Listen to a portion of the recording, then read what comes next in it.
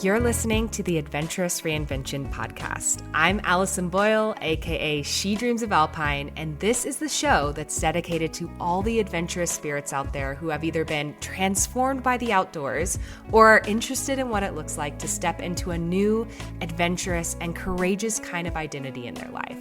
It doesn't matter what your background is in the outdoors, what age you're starting at, or where you grew up. If you're curious about the outdoors and using adventure as a way to reinvent yourself, you're in the right place. I'll be sharing all kinds of personal adventure stories, lessons I've learned from the mountains, teaching what I know about the outdoors and leadership, and interviewing some amazing adventurous women all along the way. I've been coaching women on becoming safe, confident, and self-sufficient backpackers and leaders of their own adventurous lives since 2018, and I know exactly what big fears and self-doubts can pop up along the way. I have so much to share with you, so let's dive in. Hello everyone, it's Allison, and before we dive into today's episode, I wanted to just kind of give a quick announcement. So I'm taking a little summer break from the podcast. I've got some very exciting personal adventures planned for the summer and also some really epic client trips that are coming up on the horizon. So this pause is really just to give me and my team a little space to breathe and reset and focus in other areas of our business right now.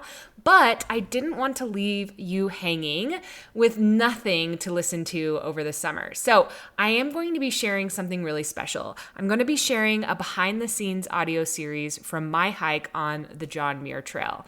So my husband Michael and I set out to thru-hike the John Muir Trail back in 2020. So that is a while ago now. We were aiming to finish it in 22 days, but due to some massive wildfires and a full national forest closure, we had to bail early. This is something we definitely didn't expect. So this series, for some reason, we decided to record like a daily podcast back then. This was before I even had the podcast. But this series is going to be showing you a real, raw, behind the scenes audio that we recorded on the trail when we were out there doing the John Muir Trail as we dealt with all the highs, the lows, the relationship dynamics, and also the huge disappointment of getting kicked off the trail early in 2020, and then our eventual comeback in 2021 to finish it.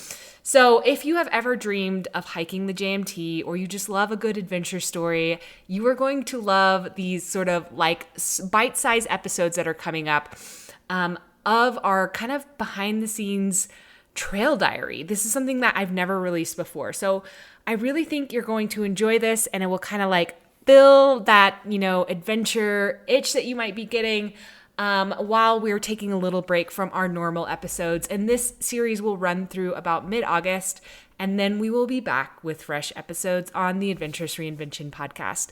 If you're listening to this kind of midway in the series, be sure to go back and listen to previous episodes. But at the end of the day, I hope you enjoy this and that it's a nice little kind of thing to get you excited about your own adventures and maybe even eventually pursuing the John Muir Trail one day. All right, let's dive in. Okay, hello everyone. This is Allison. And Michael. And this once again is a long our time from final the last time. JMT podcast. Well, they don't really know that, but I guess we should fill them in. So, as many of you know, we had to exit the JMT because of the fires and the national forest closures. And that was our last podcast episode. And that was September 8th. And what is it? I think it's October 5th now. A long time has passed. Almost a month has passed. And I don't know why it took us so long to do this kind of final wrap up. Well, I think we were in denial for a very long time. Well, no, we were just like sad. I think the first couple days off the trail, well, the first day we were like a hint of optimistic.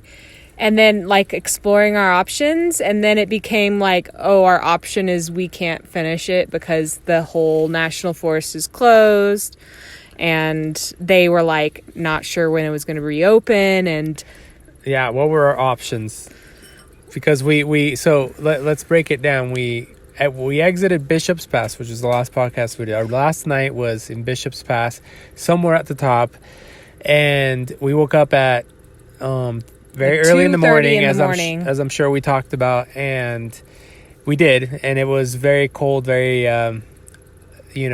long 8 miles. Yeah, but that was a good day. it was pretty easy. I mean, it was mostly, Bishop Pass, for the record, just side note, is really cool. Like, if Very you're cool. looking to do a trail that's like a cool weekend trip, definitely recommend Bishop's Pass. Like, I would do that again, definitely. Yes, and we exited, and then we ended up getting a shuttle to our van, which we talked about doing. I guess you had already set up the appointment with we the talked guy. about how my friend hooked us up with a shuttle the next day, and he picked us up and he took us back to our van at Cottonwood Pass. We got our van. The van was not burnt down. No, but we did We had discover that we had a mouse explore and live in our Jesus. van for a little bit. We didn't have any food because we had taken out the food mostly from our van, but I guess we had forgotten one protein powder bag. A couple. Oh, sorry, like a couple protein powder bags in the back of the van that were inside of this box. That were brand new though and sealed. And the mouse chewed through all of that. And I discovered like a few turds, like when I was cleaning the van when we got back. So that was like our discovery of a mouse living in our van. But I guess he left because he didn't really like protein powder. And that's all we had. And that's all we had in Because we there. had actually thrown away quite a bit. Yeah, and because put I just whatever didn't we want it to had smell. in the fridge. That was off. All the pantry or all the stuff that sits outside, not in its own box, you put it in the fridge. So really that was all that he had to but he definitely hung out for a bit and enough to shit all over the van. Yeah. But we came to the van and there was actually a sign from the Forest Service saying, everything's being closed. Yeah, you need to get out. We need to leave now. And they were closing all the trailheads too. Like, you weren't supposed to enter, but I mean, like, obviously the shuttle guy went around those signs and dropped us off so we could leave. Yeah, they were loosely closed because they know people were still going in and getting their cars. And then we ended up getting a hotel in Mammoth because we had no idea what our next move was. We didn't know, even though we were pretty certain that there was no more hiking, unless we waited around, which it was a good thing we didn't, because things got worse and got pushed, and we would have, already gone past what we intended to be out there in the first place. So we got a hotel in Mammoth for a couple nights, and what did we do? We just besides being sad. Yeah, I think we were just sad, and we explored our options, but mostly laid around in the bed all day, and then bought pizza at night. And ate our sorrows and beer. Yeah, we did the opposite of what we'd been hiking 9 hours every day and eating really lean and being super fit. And then we came back and we were like, oh man, this is a bummer. And we ate pizza and sought out human pleasures like pizza and beer. And it was delicious to soothe us, and it worked in a way. But at the same time, I remember having a conversation with you, just being well, when we had finally figured out that we really can't, there's no option for us to get back on the trail because it sounds like the forest is going to be closed for a long time and it's getting worse and it's just not smart. At that point, we didn't know what we wanted to do next, and we didn't really feel excied well, the about thing anything. was, we had a couple of ideas, but we couldn't get excited, like you said, about anything. Because our minds, when you're in the wilderness for so long, your mind, it takes a while for your mind to get... actually, it didn't take a while, I don't think, for us to get accustomed to being in the wilderness. No phone, no nothing. You have this really nice routine, even though some days are hard and there's a lot of walking and elevation gain. And then coming, I think, out of it is what takes a long time. And our minds were still kind of set or, pre-programmed in the, no phone, no responsibility except to get from a point A to point B, make sure you eat, set your stuff up and go to bed, and that's it. And it was very simple. And then I had even set up my business to run without me. My team was handling it for a full 3 weeks, and we were only 10, 12 days in. when we left. And so I still had like technically vacation. Like I'm just going to call it vacation, even though you never really take vacation as an entrepreneur. But it's like I was off and like the team was handling everything. So I really didn't have any responsibilities. Yeah. And one thing was certain. I think that we were both set on taking that time till the 22nd, which was supposed to be our exit day, off. We did. We mostly did. From you working with your stuff, from me doing my stuff, or starting anything new. Yeah. And we discussed that. We were fine with that, but it still felt weird. My body kept naturally in the hotel room after like the second day, especially gravitating towards grabbing my phone and stuff. I didn't go into social media, I think, until like maybe a week and a half after we got off the trail. Yeah, I think you got in it. You didn't use it, but you kind of confidently went in there. You had to check your stuff, make sure there was nothing burning, there was no fires to put out. Well, yeah. Well, also I was like a little bit bored. I think when I'm not like actively doing something else, like my brain is just like, oh, you're sitting around, like, oh, pick up social media, which is a bad habit. Which I do like. It was so cool about being on the trail was like, it just felt like I easily reset into, I don't care about social media at all. I don't even think about it. This thing you're addicted to, that we're all addicted to, well, you suddenly, when you don't have the means to access it, you don't even think about it. As soon as you, at least for us, as soon as you get on the trail. I also should caveat, like, I don't think like social media is like the end all be all of evil. I just think it's really easy for us, like, if you're not just constantly checking or having some self-awareness around how much time you're actually spending on it, it is like a time suck. And one thing I'm really grateful for, like, I was actually kind of starting to track my time a lot before we went onto the JMT, and I was noticing how much time I was spending on social, doing Instagram stories, doing things like that. All fine things, but whatever. I was noticing it was a lot. And then after the JMT now, I've been forgetting to log in.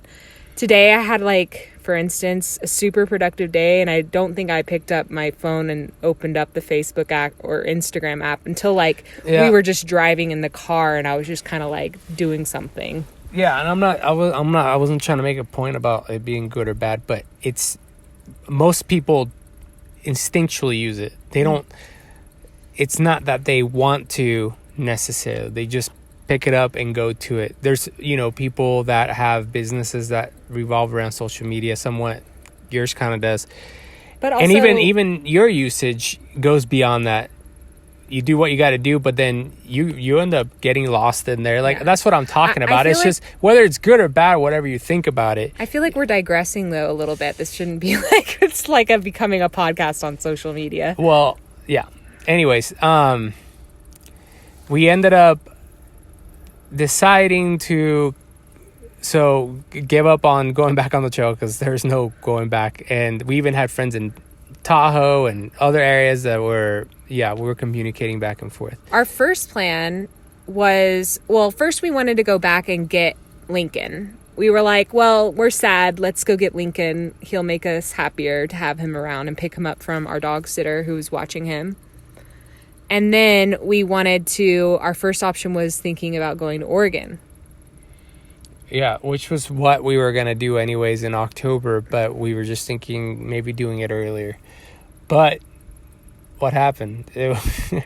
So let's mention at this point, the day we exited the trail, the JMT through Bishop's Pass, it was, for some reason, the smoke hadn't quite gotten to that area. We had seen smoke a couple of days prior, but that especially that day we left, there was really no smoke, and it was weird. But at this point, second day in Mammoth was covered. It was super thick. It was really bad, and we were thinking, whatever we do, we shouldn't stick around California because we have the means of mobility, and there's nothing going on in California, and there won't be for a long time. Everything's closed, and the smoke was really bad. Mm-hmm. And the fires weren't, like, contained, really. Yeah, but So we threw around the idea of going to Oregon just early, picking up Lincoln.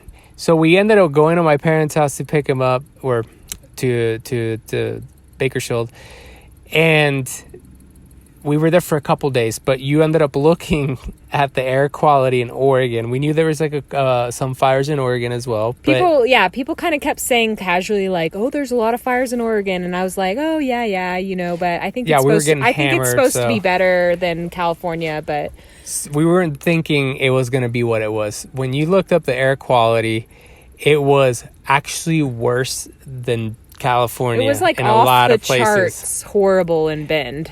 And I'm sure which is where we were going to go, in Bend. Yeah, I'm sure that was timing. I'm sure it's kind of gone back and forth, but it was weird to see, given that we were swimming in smoke in Mammoth just a day or two before. So we were like, well, that's not good, because we're heading towards the same thing. Everything's going to be shut down, and it's not going to be healthy to be outside for 2 seconds. So what did we end up deciding on? Well, I was messaging two of my best friends and trying to like bounce ideas off of them, like what we could do. And we originally toyed with like maybe extending our backpacking trip to somewhere in Colorado. But I think we were a little bummed about the whole thing with the backpacking, and we didn't want to like deal with just running to Colorado and doing a backpacking trip and then having to come back for Lincoln.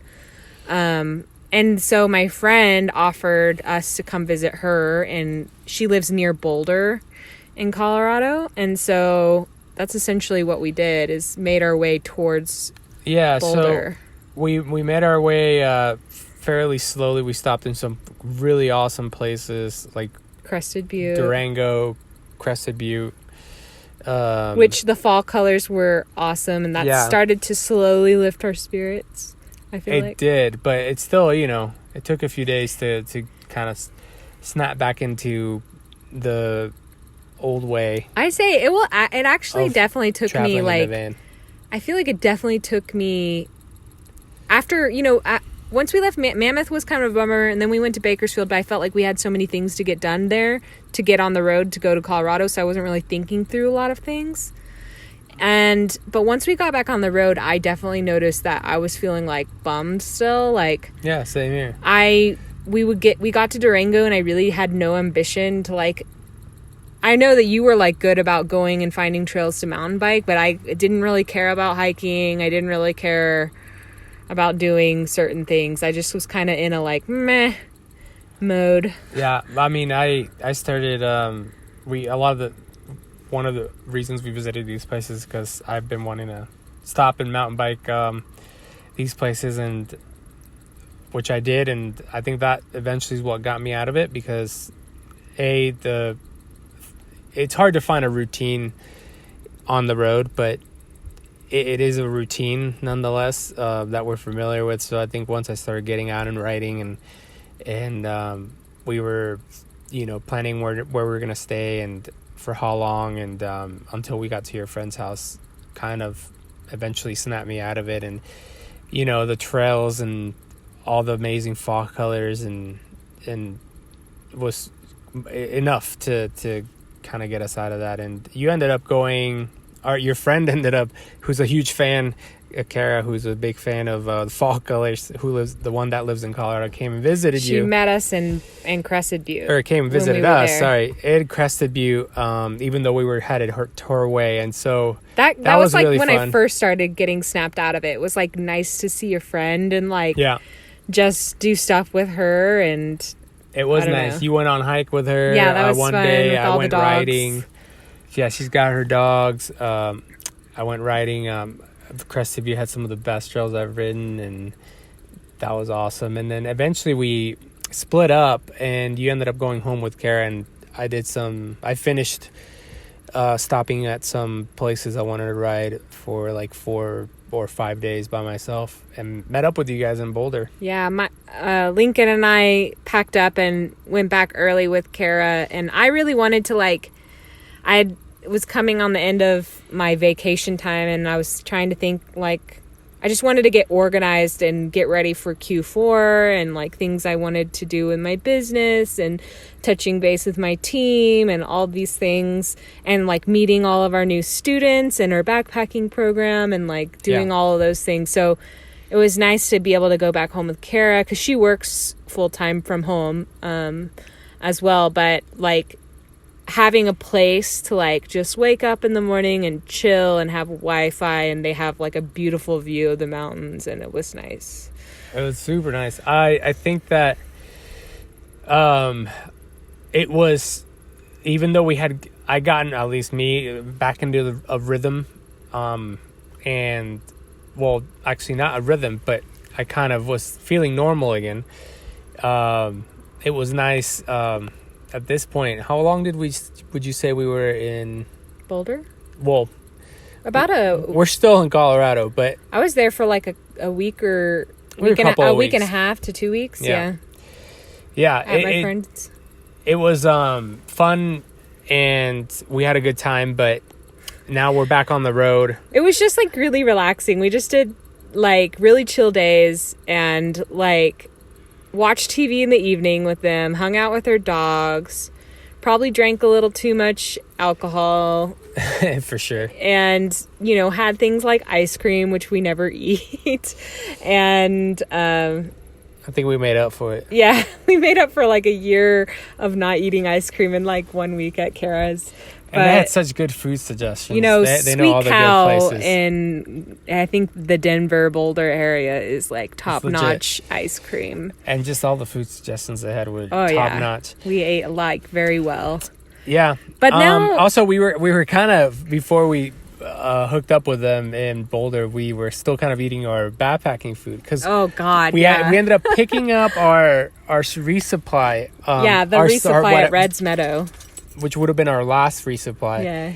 The other one that we were supposed to pick up next on the trail, we never got because that place got evacuated. But that should be getting shipped to us. I'm sure it's probably at my parents' house. But we, just from that one bucket of resupplies, we were kind of eating from. And by the time we got to Boulder, we were already kind of getting sick of it, and technically we were optimistically, when we left, we were like, let's try to make our way through. I mean, we bought all this food, we spent all this money on this food, and it was a lot of money, like, because we went fancy with our meal plans, and I feel like it ended up being almost like $1,000. It's like a month of food for 2 people. Yeah, I want to say it was like $1,000 or maybe under $1,000. Wait, am I real? No, I'm really off on that.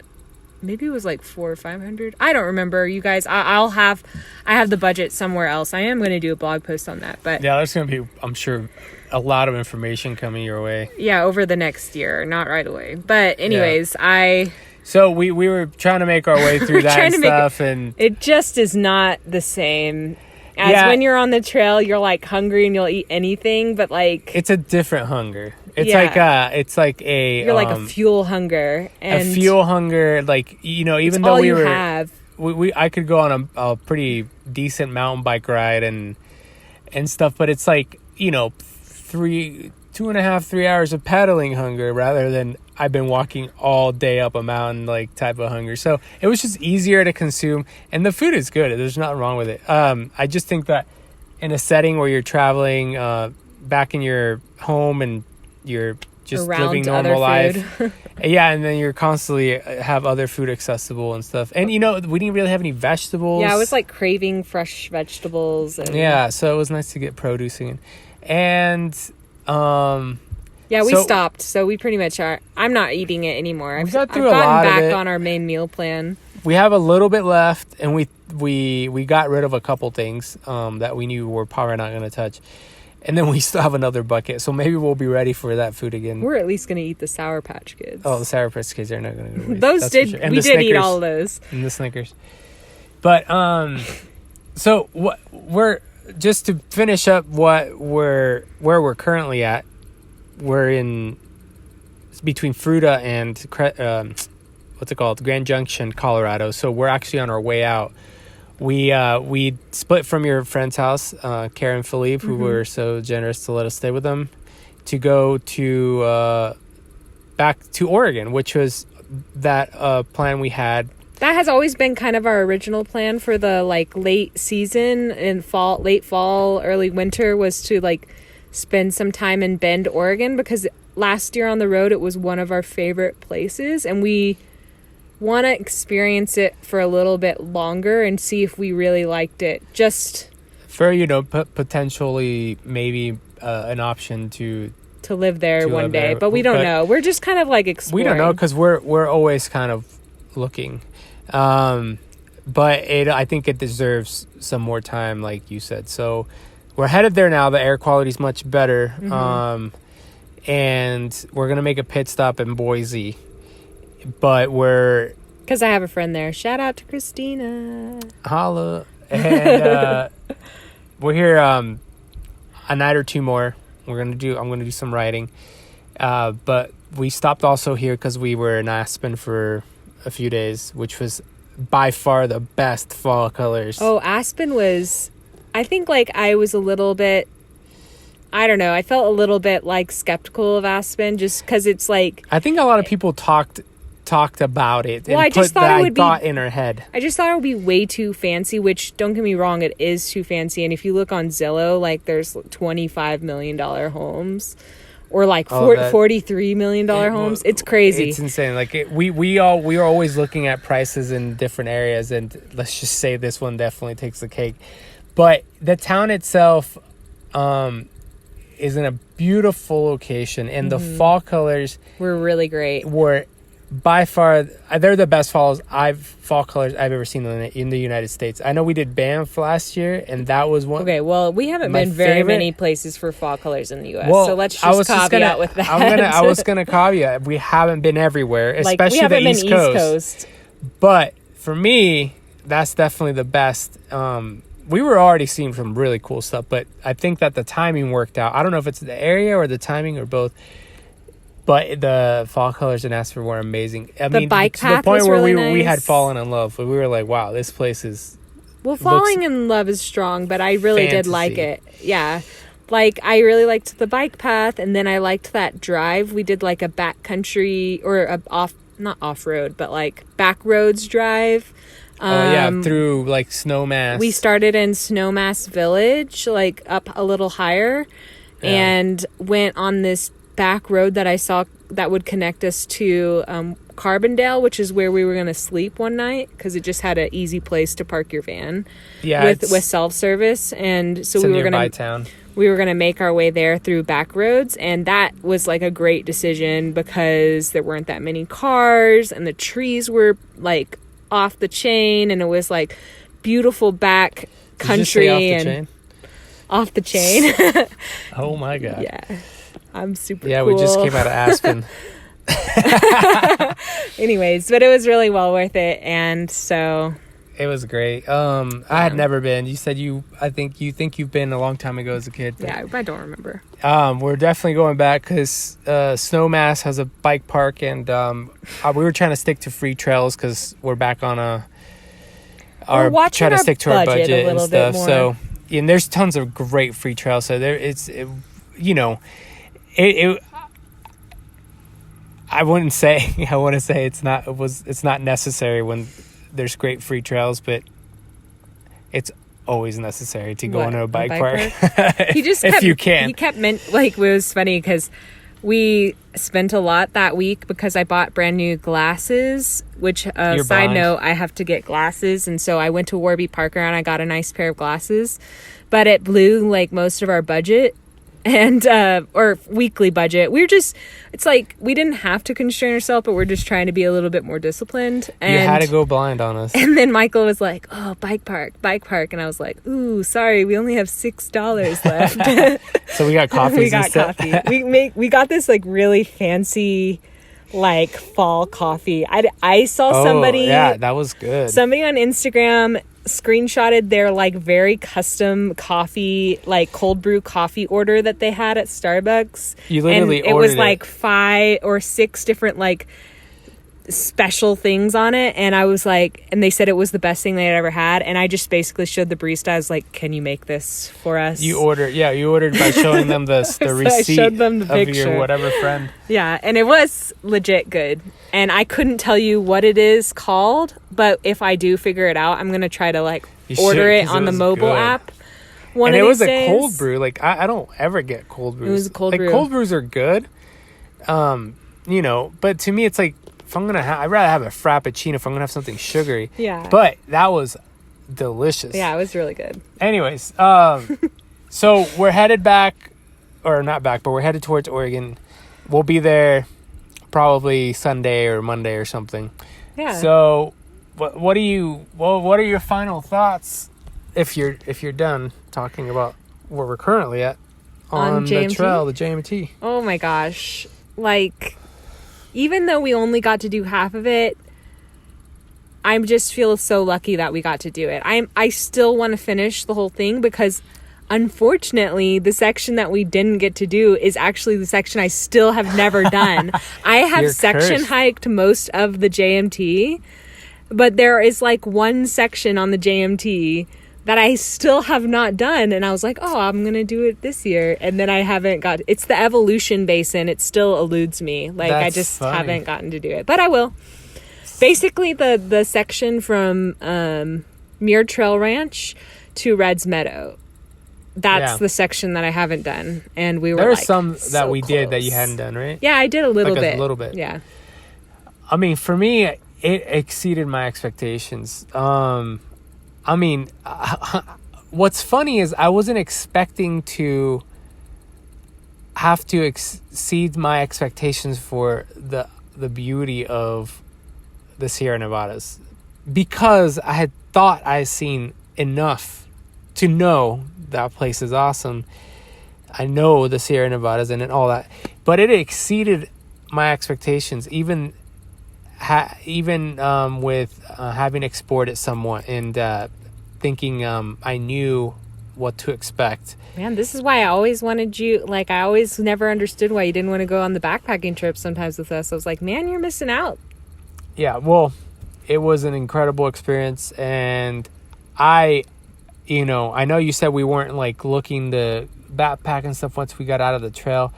It just seemed too weird. It would have been, it's like, it wouldn't have been like going back in the trail simple as that. It would have been like we would have had to figure out the logistics if we, let's say, went backpacking, the logistics of the area, because we don't know Colorado as well. I just think we were bummed. I think it's fine. Like, I think, but I know, I was just saying that it does not mean that we weren't talking about already doing the second half. Yeah, because we literally got halfway. I think like pretty much exactly halfway. I have no idea if we'll do that next year. I mean, hopefully, but like also we're getting married in the summer next year, so it'll be hard to like. It's going to be interesting to coordinate. And we have some plans too about moving somewhere and figuring that out. Yeah, maybe in the next few months. Yeah, so putting roots somewhere. Yeah, so we have to figure that out. So it's kind of, we were like pretty certain we were going to do it, and I think we were super hyped, but we do have to think about intelligently about how that will work logistically with next year's plans. But if we can squeeze it in, we're for sure going to squeeze it in, because it was an absolute blast. And even the hardest days, I couldn't even tell you what was the hardest day. I think that it just all gets sort of overshadowed by all the amazingness. Even though we were dealing with smoky days and sometimes days that you couldn't see anything. Maybe we should like talk about, after our like 12 days on the trail, would you like, did it amp you up to do something longer, like the PCT or the Appalachian Trail, or like, what are your thoughts on that? Because I know what my thoughts are on that, but we had this discussion. It's funny because your thoughts changed on that. My thoughts didn't change. Yeah. Now, let me explain. Allison has always tried to, lay the idea in my head about doing something like the PCT or the Appalachian, long trail, months. And I've never been one to jump at that idea 100%. Yeah, let's do it. Honestly, the JMT, like I'm pretty sure I mentioned at some point in this podcast, wasn't even that for me. Although the JMT was always going to be a yes for me. I knew that I would do it if you put it together.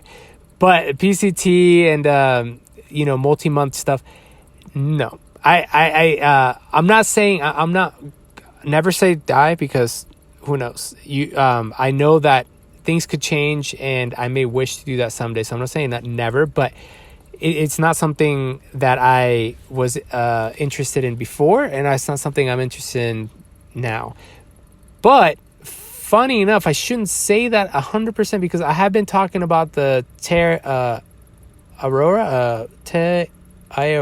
Wow. I have no idea. I have no idea what you're trying to say. I'll look it up. It's the one in New Zealand. Oh gosh, yes. You keep mentioning that one. Which New Zealand is amazing, but I think it's funny you can't remember. Yeah, so that one would be about 3 months. But that one we would probably treat like half kind of like Camino de Santiago, where it's like you get to like be in towns and stuff. Yeah, Te Araroa.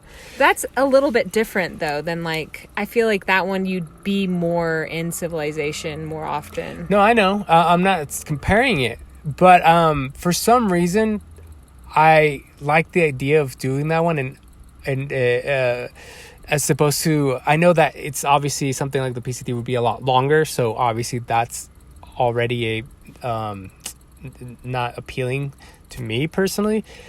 But 3 months after doing the 12 days, I think that for something I can get stoked on, I could do something a bit longer. But as of right now, the only trail that I could think about doing for that for is the Te Araroa. Gosh, how do you say it? Gosh, I don't know. I already put it on. You're probably Te Araroa. You're probably saying it wrong. Probably. We talked about the Camino de Santiago in Spain, which I actually have some family that have done it. Which is, that one's, I think, literally more just you're in towns, small little European towns, the most of the way. I might consider that because it's not months long as well.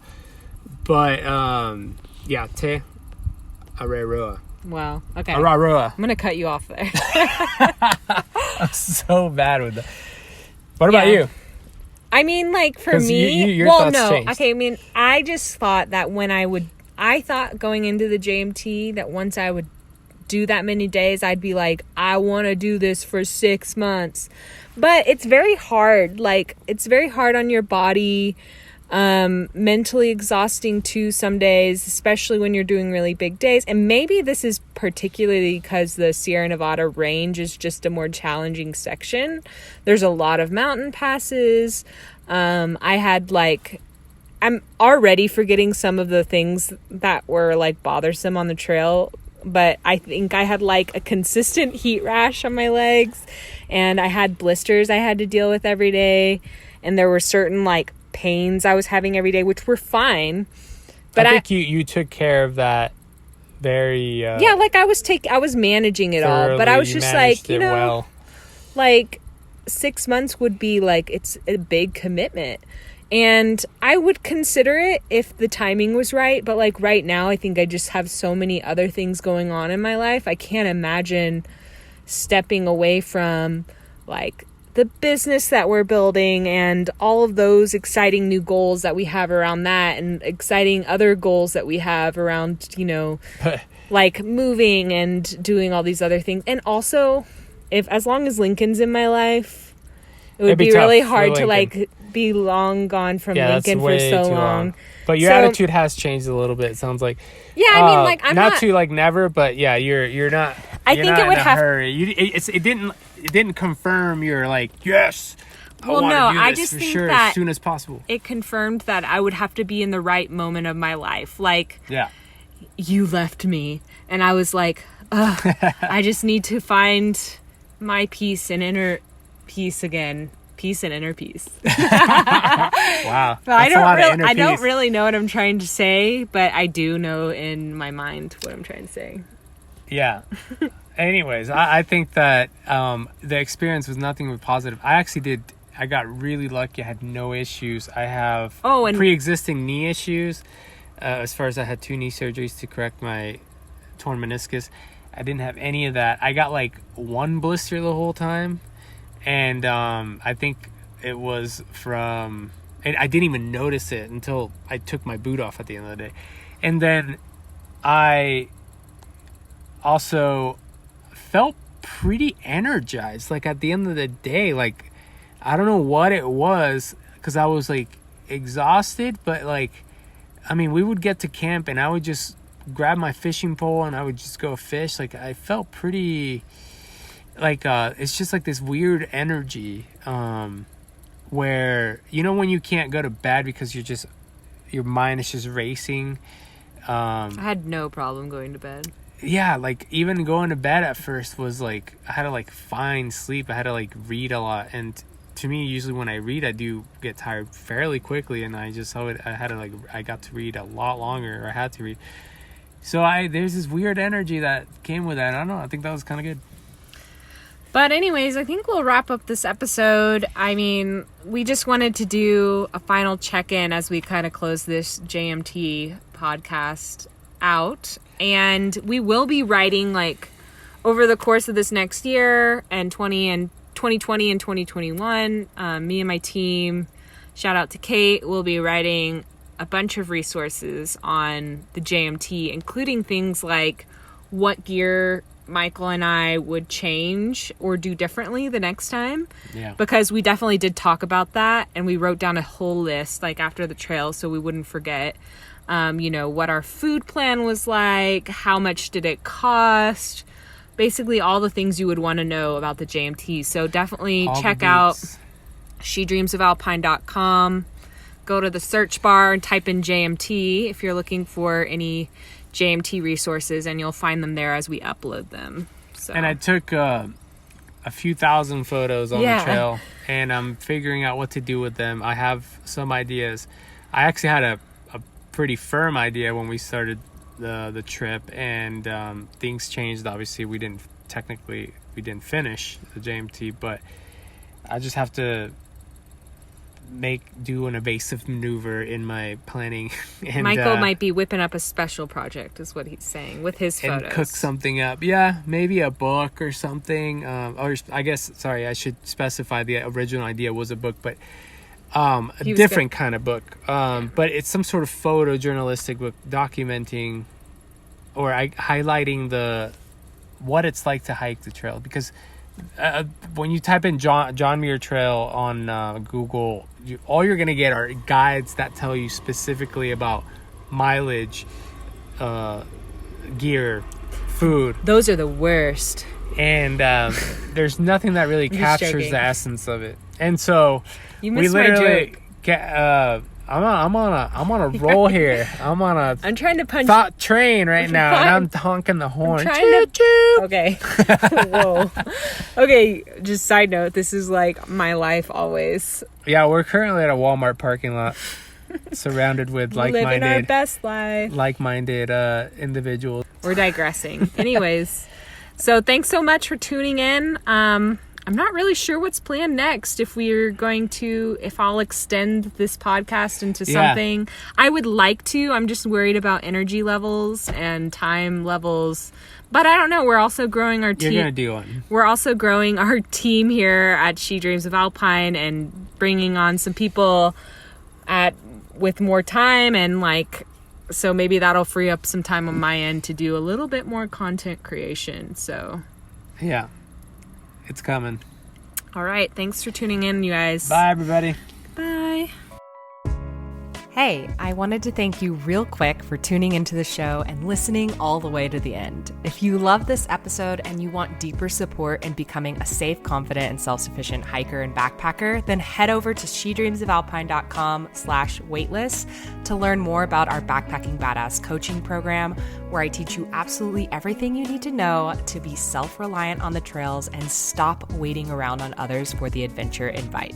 So I'd love to help you more in your journey of stepping into your adventurous identity, and that program is the absolute best place for us to start working together. So again, that's shedreamsofalpine.com/waitlist. and you can learn all about it there. So that's it for today, folks. I hope you get to spend some time outside this week, and I'll be back very soon with a brand new episode. Bye.